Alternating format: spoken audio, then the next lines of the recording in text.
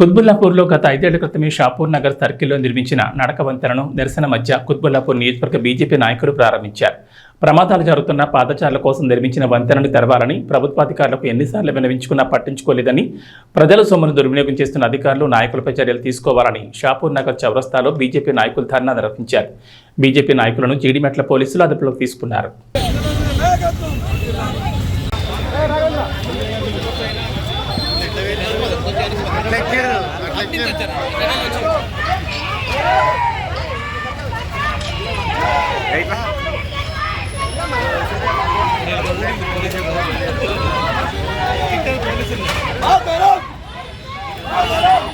పెద్ద మనిషి జై